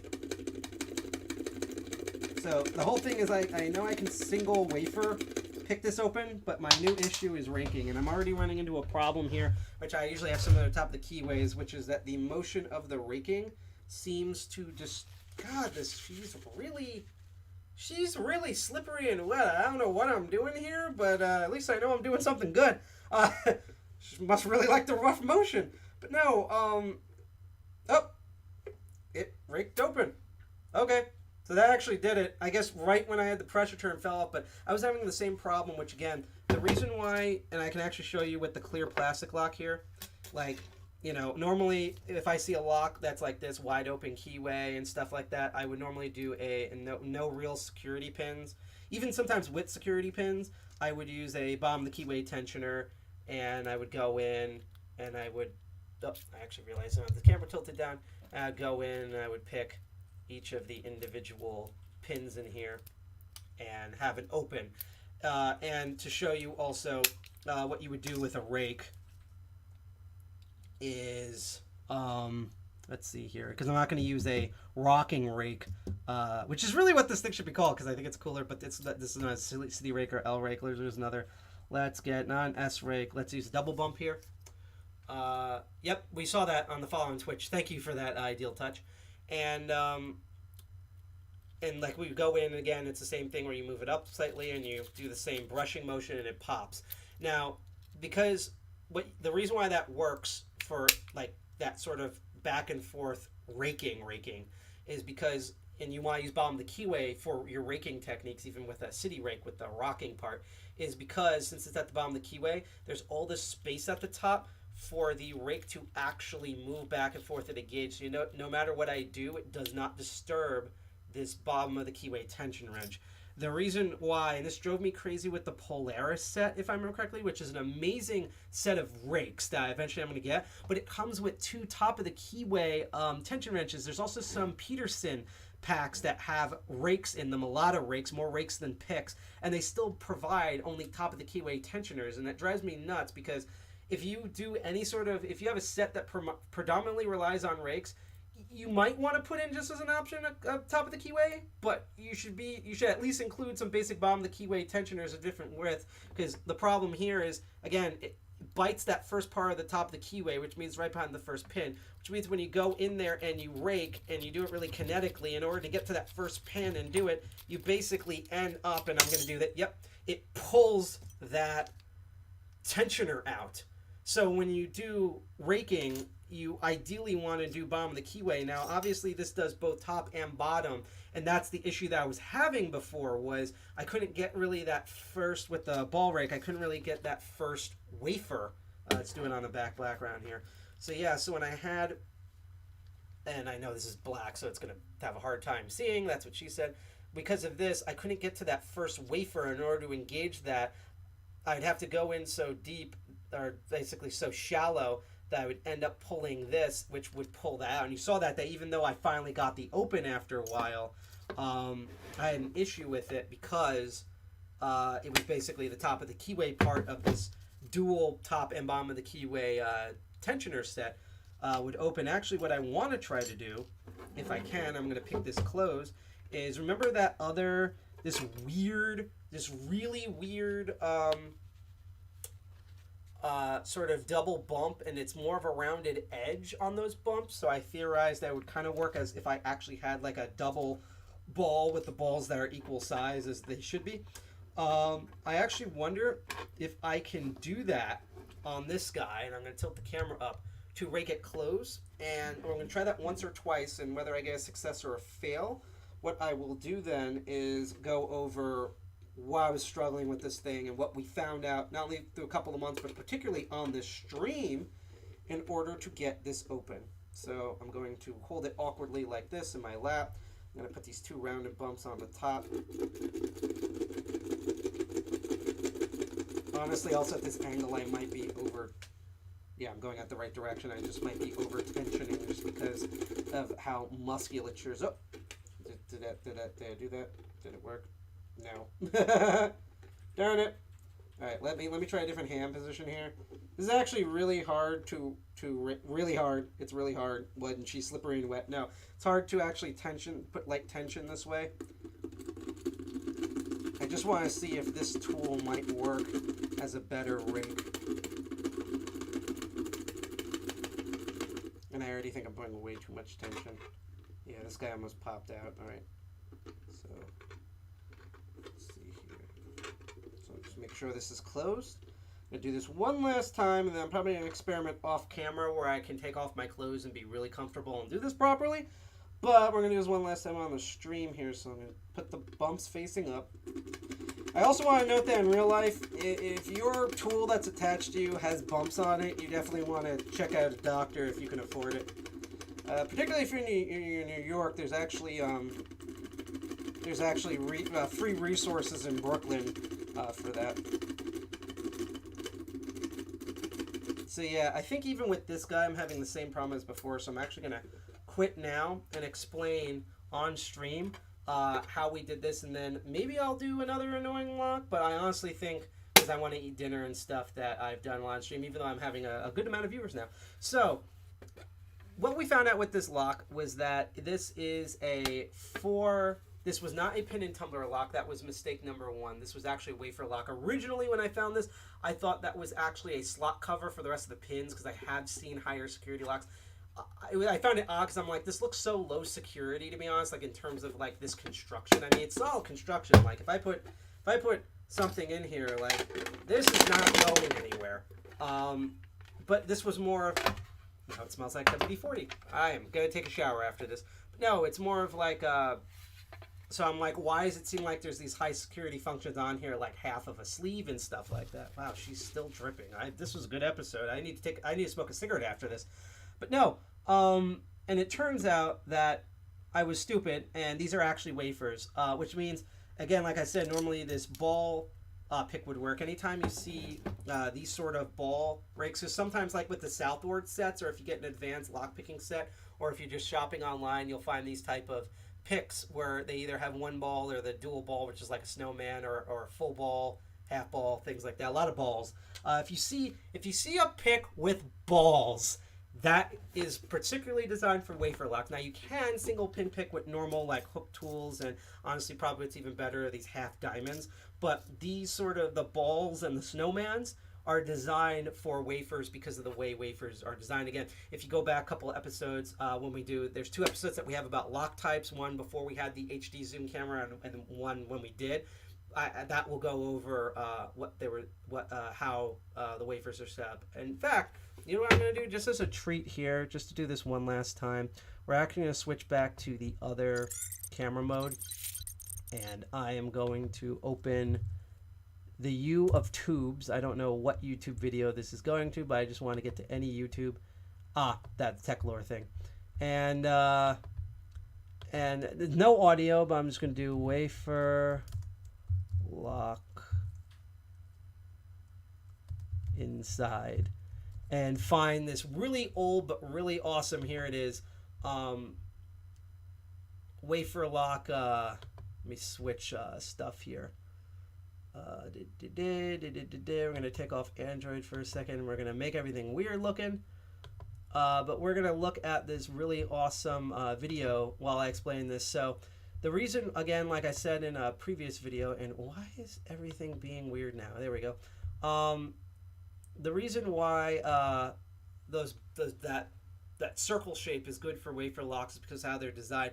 Pins, again, they look like little key pins, at least look at like little tiny bullets, which is why pointed ends work, because you want to essentially cup those bullets and move them up and down. Wafers are just these little slots of metal.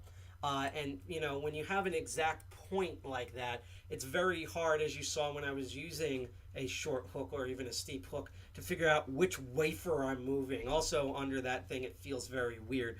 With the rounded shape, it has more of a surface area to grab that singular slot of metal, and that allowed me to feel better, to feel the different wafers better and to lock. Another thing also about wafers, as they show here, is that they can go in either, they can actually be pulled in either direction. In this case, they basically took wafers and set them up as a pin tumbler lock, meaning that all they simply did was they moved, what they simply did was they just lined them all up with the same side spring. So first thing was to realize that this was a wafer lock, which thank you houdinID. For some reason I didn't think of that until I figured it out. The other problem is that again, I had the same problem where I'm like, well, there's only 4 in here, and the problem is that normally, like I have with the other wafer locks I have, I just put a bottom of the keyway tensioner right here, right? And that's an issue because this slot is so incredibly small, that's what he said, that I can't really fit tools in here to manipulate these wafers. So that's why I was trying to go for a top of the keyway. But then, ironically, with this tool, and actually I probably could do it now with these top of the keyway locks, but primarily this tool, which is why the bottom of the keyway wouldn't work. It turns out the actual turn mechanism for this latch was not the inner core, which you can, if there was a close-up cam, and I'll probably maybe show us a future episode, you could actually see how it looks like there's a little bit of metal at the top and the bottom. That's the actual inside core. That is what the top of the keyway slot was going into, if I can do it like that, and that's what I was tensioning, and it wasn't open, and Tyler and I did this, and I'm the bigger expert here, and I was doing that for like 2 months. And then it just literally hit me now, looking at this tensioner, because I said on air that I can't tell if I'm supposed to tension this inner part or this outer part. And it turned out it was actually the outer part that was connected to the actual latch. And that was the problem, because that means when I was tensioning the inner part, even when I had all the wafers lined up, because I could feel it felt like the wafers were sliding back down as if they were like security pins or security wafers. And I was like, why is that happening? Are there security wafers? No, they're just normal wafers. The issue is that even though I had all the wafers at the right level, I was tensioning the wrong part. So no matter how much I turned, it wouldn't open. When I actually tensioned the correct part of the latch, which is the outer surface part of this dial, once I moved 2, maybe even 3 wafers, I think it's 3 wafers, it actually engaged the actuator and then turned the whole unit, and I can open it. So what we learned here is that in order to open this wafer lock, you have to use, I don't think you necessarily have to use this sort of like double prong top and bottom of the keyway, but that certainly helped. And you have to actually tension the surface outer part of this wafer tumbler. And then I went in with a normal half ball wafer pick, and because it's much more difficult to rake with simply because of the way these keyways work. And then I go in and move all the wafers, and when they lined up, just like with a pin and tumbler lock, they lined up, I had the right amount of tension, and it would turn and lock and unlock. Whoop, as that thing fell. So, I'm going to tilt it up to me now. So, and that, actually, let me tilt it up to say this. So that was today's episode of Master of Unlocking. We learned a bunch today, and again, I learned how to open this thing, and also like to think more out of the box with different methods and stuff, and being a bit more observant. But I hope all of you watching learned sort of like, again, not to diss on these guys. They're not my mentor, but they're huge in the world. So I'm not saying anything bad about Lock Lab or Lock Picking Lawyer or whatever. But one of the reasons why I do this show, Master of Unlocking, and G.I. Jack does Archvile, and N-Camera does, and we have all these shows in addition to our meetings, is because a lot of times when you see lock shows, it's not even that, they know so much better. They were already practicing on the locks they were demoing. So, yay. Thank you, Jason. So when you see them be like, okay, this is like a 900 series, blah, blah, blah, and then you go in and it's 2 things, that they're already familiar with that lock most of the time. And so that's why it seems it's great. What you don't see, which they go through definitely, and you saw what I went through and what actual hackers do, whether they're coding or picking locks or whatever, is sitting there being like, all right, how do we do this? All right, what is my methodology? All right, so I'm going to try all of these, and then none of them worked. Wait a minute, now we're just going to go full plaid, and I'm just going to grab stuff and throw things at it until it works.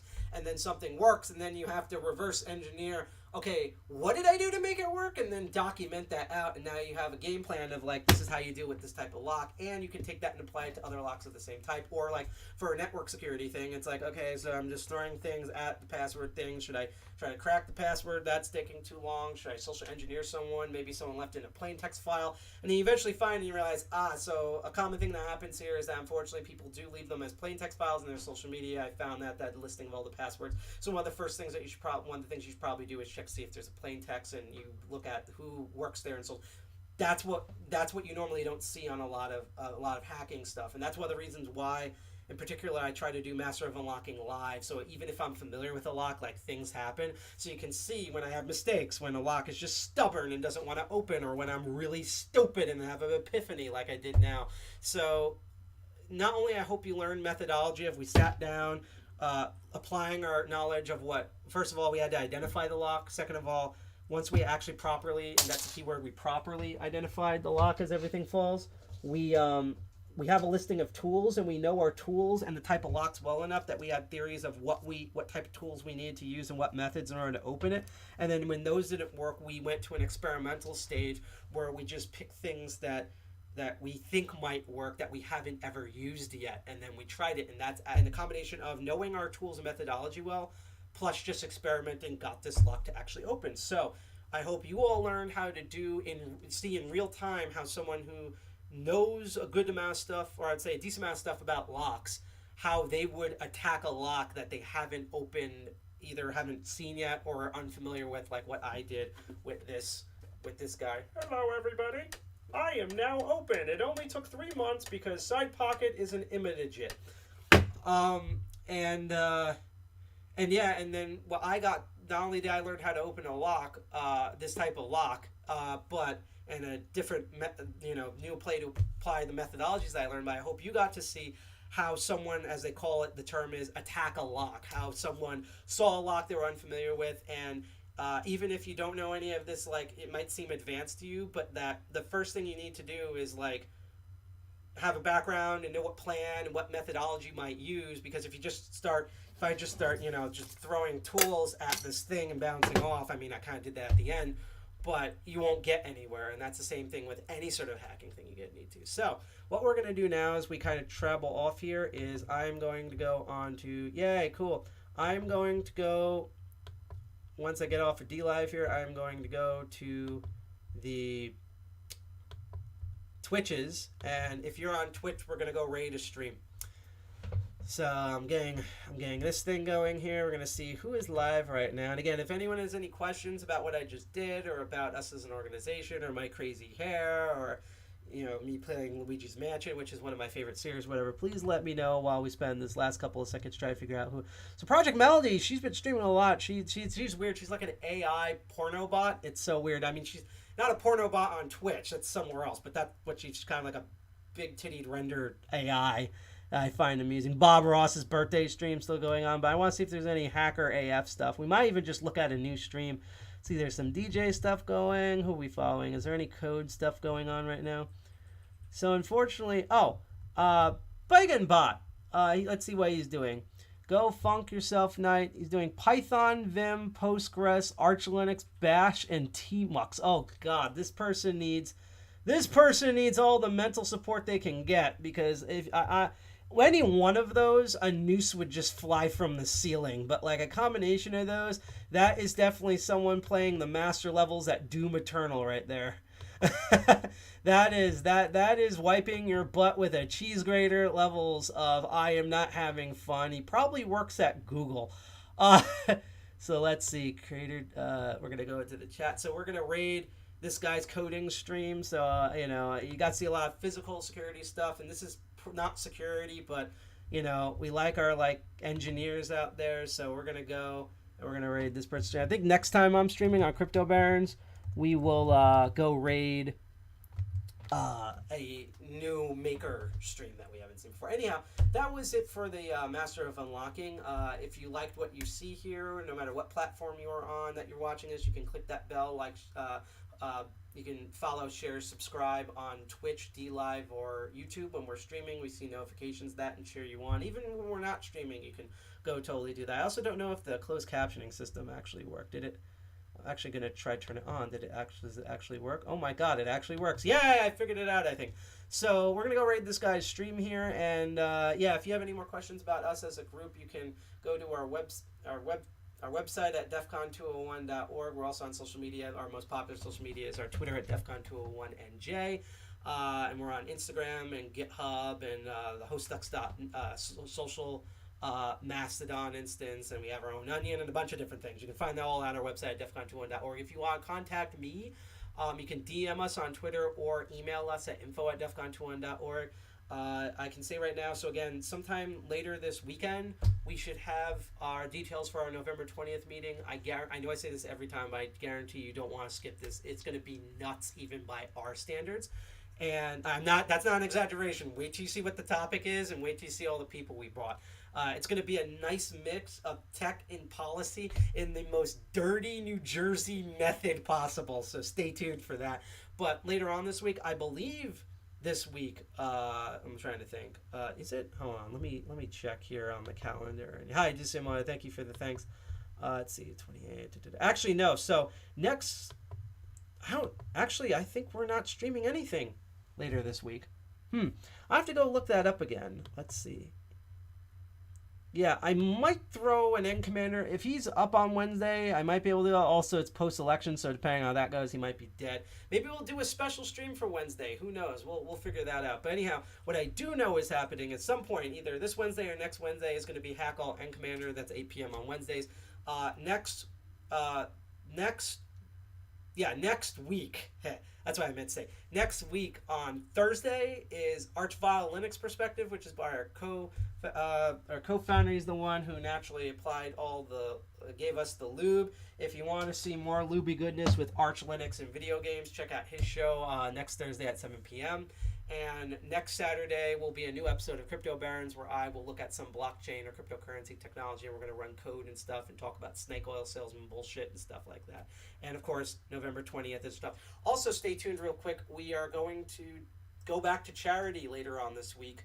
We're going to probably announce that during our meeting announcement, like all this month, because we have so many days in November. We're going to be doing a charity thing, so stay tuned for that announcement. And we are going to at least have one special stream and possibly a launch of a new show that will happen once a month that you can check out. So anyhow, again, this was Master of Unlocking. I hope you enjoyed watching me struggle, and actually for once, I can't believe this finally opening a big pain in the ass. Thing that has been giving me trouble for months.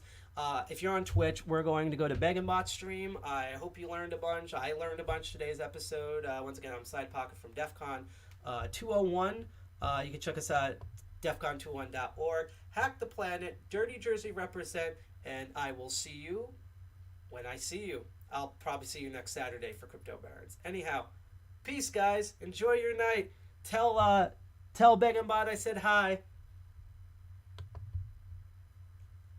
Be safe. Happy Day of the Dead.